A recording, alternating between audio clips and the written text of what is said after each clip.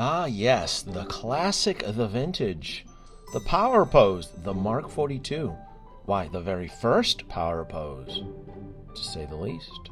Hello, folks, Danoby2 here, and thank you for joining me once again on a visual tour. We're going back to the past.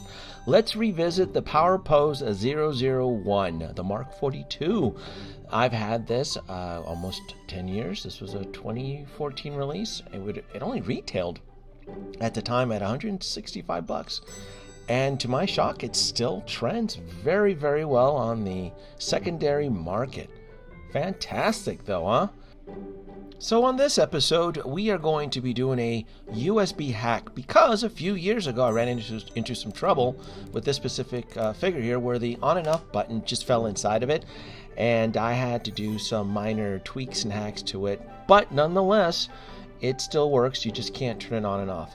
This isn't my first USB hack, by the way, just letting you folks know. I did hack the Ironmonger, Igor. It rejuvenates older figures in my collection. I even did Ultron. Even Ultron, who's been on probably now for about 4 months, looks great. The Dark Troopers from Star Wars are always continuously on. And look, most of us in our cabinets, we have tons of these USB plugs, right?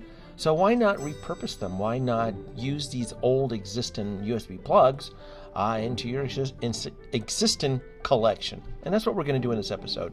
This is going to be it's going to be pretty easy to hack this one because it's only one terminal versus some of the others that I've done require the hands, the head, the arc chest, and so forth. You might as well start to get your hands dirty because we are entering the age of USBs. Yes, any of you Hot Toy collectors or even just any other type of toys, they're starting to incorporate USB plugs. So hopefully your existing displays and collections are able to adapt to the ever-changing future of collecting Hot Toy figures. My original plan was to drill through this. I was going to drill through the leg and run the cables through it, but because the figure still holds decent value, I know I'm basing it. I thought it didn't go for much, but I'm just going to run the cables through the back. Now, to perform this Christmas miracle, these are the tools that I'm going to be showing you. My soldering iron, love that one right there. Has a little thermostat on there. Solder. It's always good to have different thicknesses. Wire splitters to remove the little plastic cables. My voltmeter. Love this thing, and it's not that expensive either. I think this is only $20 on Amazon, which I will have the link in the video description if you attempt to perform your own hack. The old Mophie battery pack, and then USB plug with the positive and negative terminals on there, and I have that one so that I can do tests. Wire wrapping right there, super thin. I think this is 30 gauge, I believe, and super thin. Just makes it easier to incorporate the actual wires and run through the body.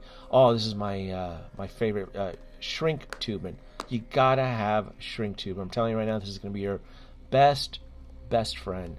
Different thicknesses of shrink tubing and a heat gun. Heat gun too is all of this stuff here. I will make sure to post it in my Amazon link, store direct.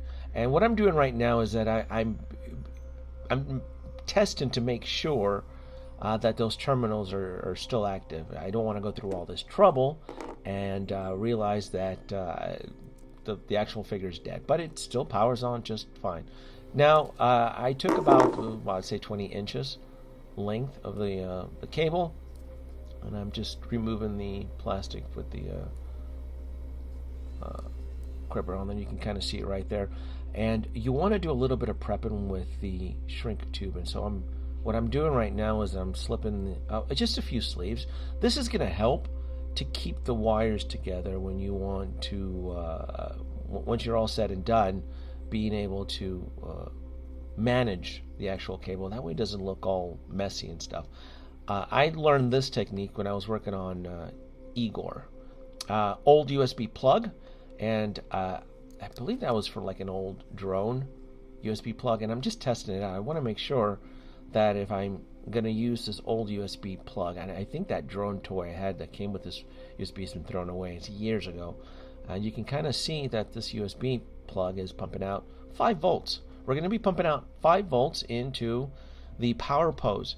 The Power Pose uses 3 button cell batteries. Each of those button cell batteries pumps out 1.5 volts. So it's within a safe margin on there that I'm going to be sending 5 volts of power, even though with the 3 button cell batteries, it takes uses 4.5 volts, but it should be fine. I mean, these bulbs, I'm confident enough that I've done enough tests that it works fine.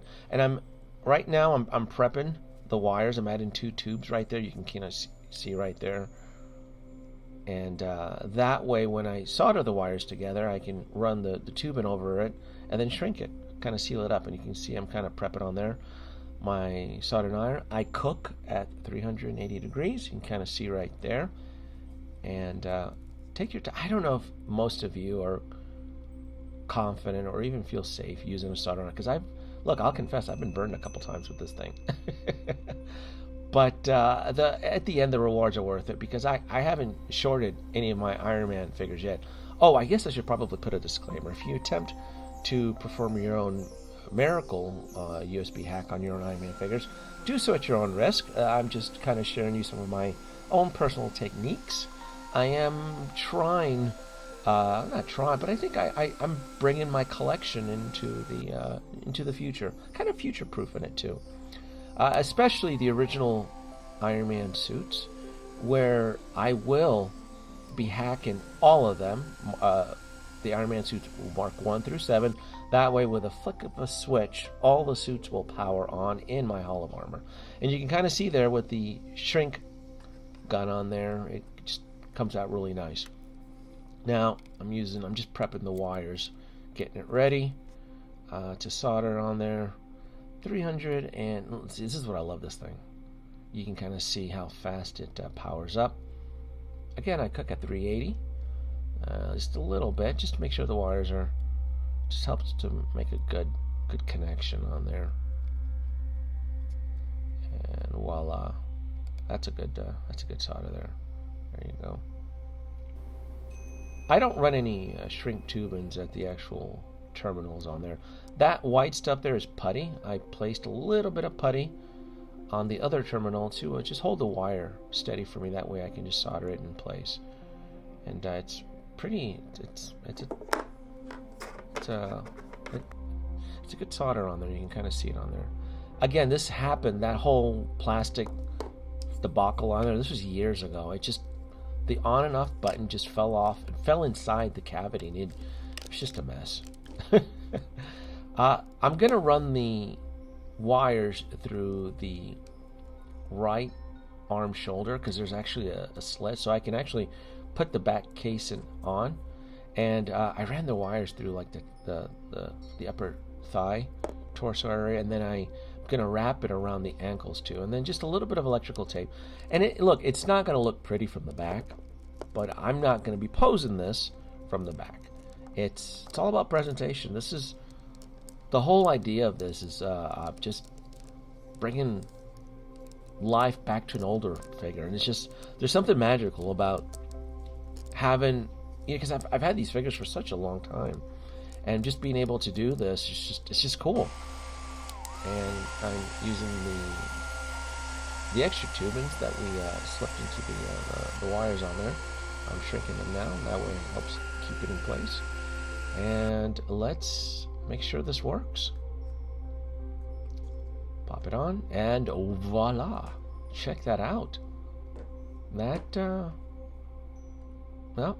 And because in my module cases I've already incorporated USB outlets, I just need to find a specific spot and just plug and play. You can kind of see the wires in the back there, but that's just from a certain angle. I forgot to mention, because my module cases are black with a black background, it's extremely hard to see the wires. But the iron suits, when they're lit up, oh, it's beautiful. Gotta say, it's beautiful. So this is it. hopefully, if you attempt your own USB hack, I mean, you have to. This is where the future's heading, especially with the Hot Toy Star Wars and all the Jedis that are going to be incorporating USB plugs. It's start, adapt, and I know it's going to be a challenge if you're using a DTOF. I can only imagine what type of headaches that's going to be. So anyway, like, subscribe, leave your comments below, and hopefully you enjoyed this little bit of a nostalgic trip visiting the Power Pose #1. See ya, folks.